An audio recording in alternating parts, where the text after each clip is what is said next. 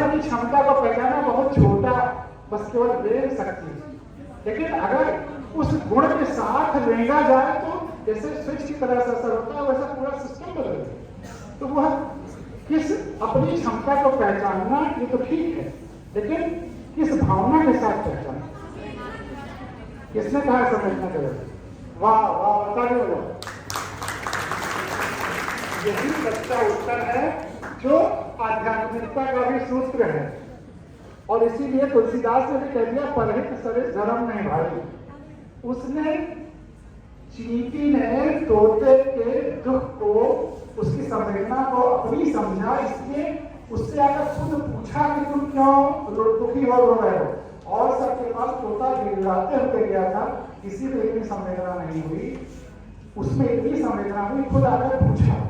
और पूछने के बाद अगर वो वापस चली आती तो क्या संवेदना होती? तब वो उत्सुकता होकर रह जाती। आज सड़क का एक्सीडेंट होता है, लोग खड़े होकर देखते रहते हैं, लेकिन अस्पताल नहीं ले जाते, अस्पताल वही ले जाएगा जिसमें संवेदना होगी, बाकी सब उत्सुकता बस देखते रहते हैं। चींटी का देखना संवेदना के साथ था, इसलिए वो पूरे सिस्टम को परिवर्तित कर गई।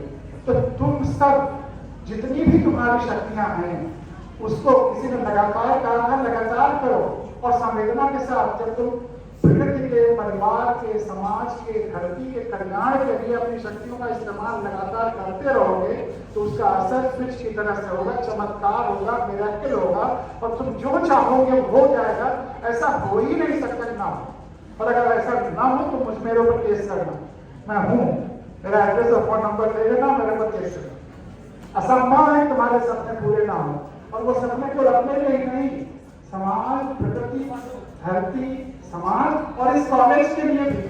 यहाँ पे स्टूडेंट हो तो भविष्य में इस कॉलेज को आगे बढ़ाने के लिए जी जान से लगे रहना। इस कॉलेज के प्रांगण में जो भी बच्चा आ जाए भविष्य में, सबका एडमिशन हो, सब आगे बढ़े, भले ही इसका कैंपस बढ़ते चले जाए, यूनिवर्सिटी हो जाए, लेकिन इस कॉलेज का भविष्य भी तुमको देखना है। ये कॉलेज तुम्हारा नींव है, ये भी भावना रखनी है। तो मैं अब यहाँ अपनी बात खत्म करूं। संविधान भी यही सब कुछ कहता है जो मैंने अभी बोला है, तो प्रैक्टिकल रूप में संविधान यही है। संविधान को मैं व्हाट्सएप पे तुम लोगों को यहाँ भेज दूंगा, आप सब बच्चों को, वैसे तो आपको भेजते ही रहते हैं, पीडीएफ फॉर्म में भेज दूंगा, तुम सब जरूर पढ़ना। संविधान पढ़ने के बाद आंखें खुल जाती हैं, और संविधान पढ़ना इसलिए जरूरी है कि संविधान में जो उसका मूल कर्तव्य, फंडामेंटल ड्यूटी, पहले तो ये जान लो इस देश में संविधान ही कानून है, जो संविधान में लिखा है वही कानून है, उसके अलावा कोई कानून नहीं है, कहीं कुछ भी लिखा हो। और जो दूसरे कानून है, सीआरपी, आईपीसी, सीआरपीसी, ये सब वही कानून चलते हैं जो संविधान ने अप्रूव किए हैं। तो संविधान ही कानून है, और संविधान में पहला कानून, फर्स्ट फंडामेंटल ड्यूटी है कि भारत के हर नागरिक को संविधान का पालन करना है, और उसके आदर्शों, राष्ट्रध्वज और राष्ट्रगान का आदर करना है, सम्मान करना है। तो आदर और सम्मान के लिए जानना जरूरी है, यानी कि हर नागरिक को संविधान जानना है, हर नागरिक को संविधान जानना है। इसलिए जो नहीं जानता है वह नागरिक ही नहीं है, वो महज भीड़ है। तो तुम लोग खुद नागरिक बनो, भीड़ का हिस्सा मत बनो, और पूरे अपने आसपास जहां तक संभव हो लोगों को नागरिक बनाओ। जब भी मैं अगली बार आऊंगा 7-6 महीने में, तुमसे जरूर पूछूंगा कि तुमने कितने लोगों को संविधान बताया। मैं अगर तुमसे पूछता उसमें समय लगेगा, तुम कितने लोग बताओगे। यही गोरखपुर में 3-4 साल पहले जब मैं लड़कियों का एक कॉलेज था पोस्ट ग्रेजुएशन तक, और सारे लोग मैदान में बैठा दिया था, इंटर से लेकर वहाँ तक के 7,000 बच्चियाँ थी, और यही सवाल पूछा तो मुझे बड़ी खुशी हुई। एक लड़की ने लिखा था 1100 बच्चों को बताऊंगी। मैंने पूछा 1100 बच्चों को कैसे संविधान बता लोगे एक साल में? तो उसने कहा कि अंकल 3 ही तो हुए रोज, और रोज 3 लोगों को संविधान बता दोगे, मोटी मोटी बातों को तो ज्यादा समझ जाए। तो इस तरह से एक दिए से दूसरे दिए तक ये चिंगारी आगे ले जानी है, मशाल आगे ले जाना है। इस देश की संविधान बताता है कि इस देश के अच्छा, इस देश का मालिक कौन है? इस देश का मालिक कौन है? हाँ, ताली बजाओ। हम भारत के लोग इस देश के मालिक हैं। कौन मालिक है? हम भारत के लोग इस देश के मालिक हैं। और ये 15 अगस्त 47 को हमें क्या मिला? आजादी। आजादी किससे मिली? अंग्रेजों से, ब्रिटिश क्वीन से।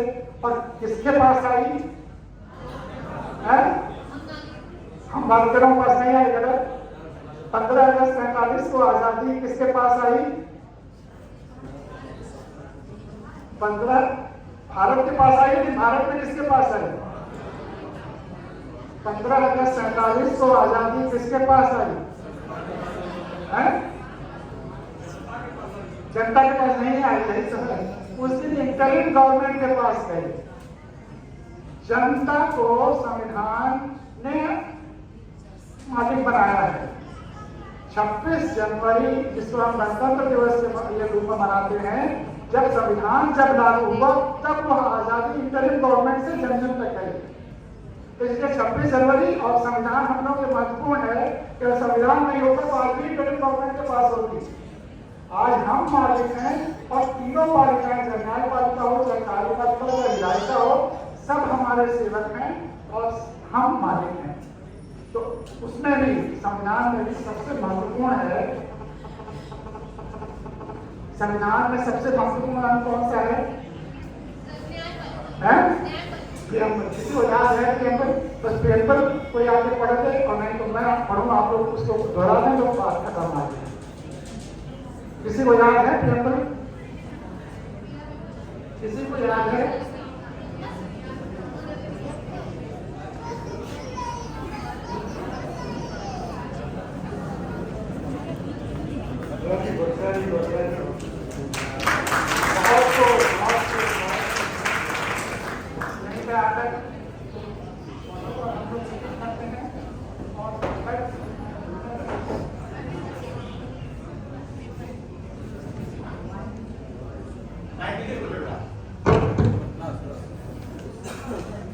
हम अपने भाई बहनों को नमस्कार करते हैं एवं अपने जो हमारे शिक्षक हैं उनको प्रणाम करते हैं। हम भारत के लोग अपने देश भारत को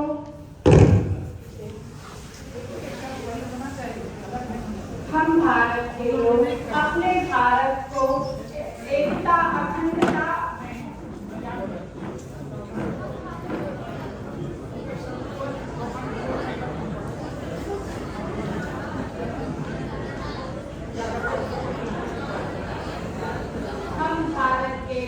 भारत को एक संपूर्ण हम भारत के लोग भारत को एक संपूर्ण प्रभुत्व संपन्न समाजवादी पंथ निरपेक्ष लोकतंत्रात्मक गणराज्य बनाने के लिए तथा उसके समस्त नागरिकों को सामाजिक, आर्थिक और राजनैतिक न्याय, विचार अभिव्यक्ति, विश्वास धर्म और उपासना की स्वतंत्रता, प्रतिष्ठा और अवसर की क्षमता,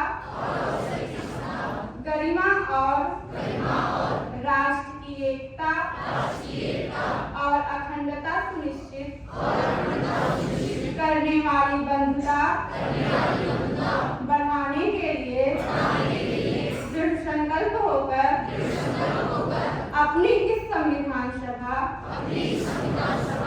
में आज तारीख 26 नवंबर 1949 ईस्वी को आयकर द्वारा इस संविधान को अंगीकृत, अधिनियमित और आत्मार्पित करते हैं।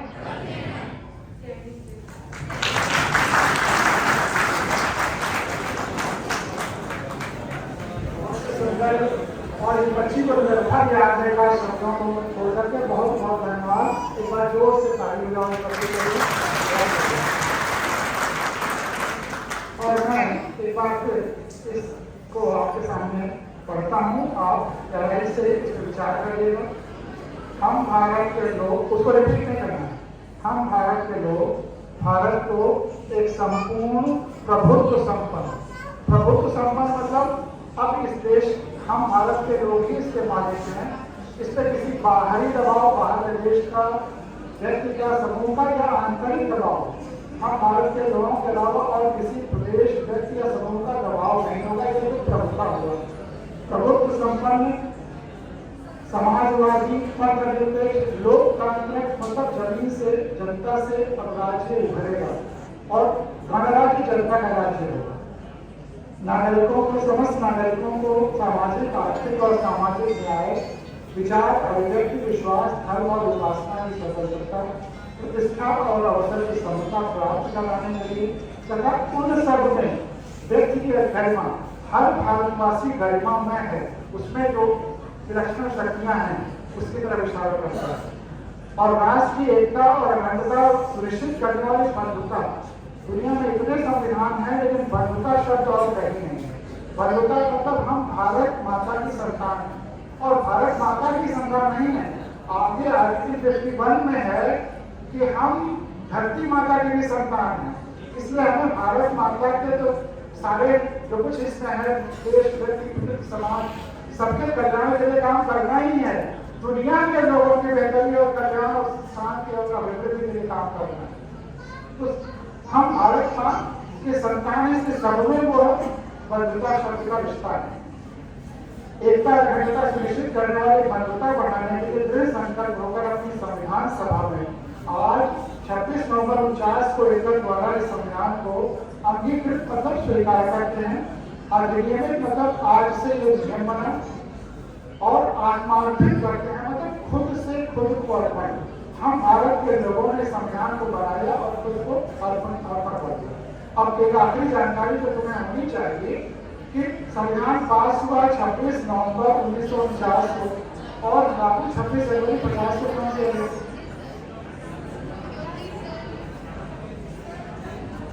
हाँ बेटा, जब क्रांति के लिए मतलब चुनाव हुआ था, हाँ, 26 जनवरी था और 1913 ईस्वी की बात है।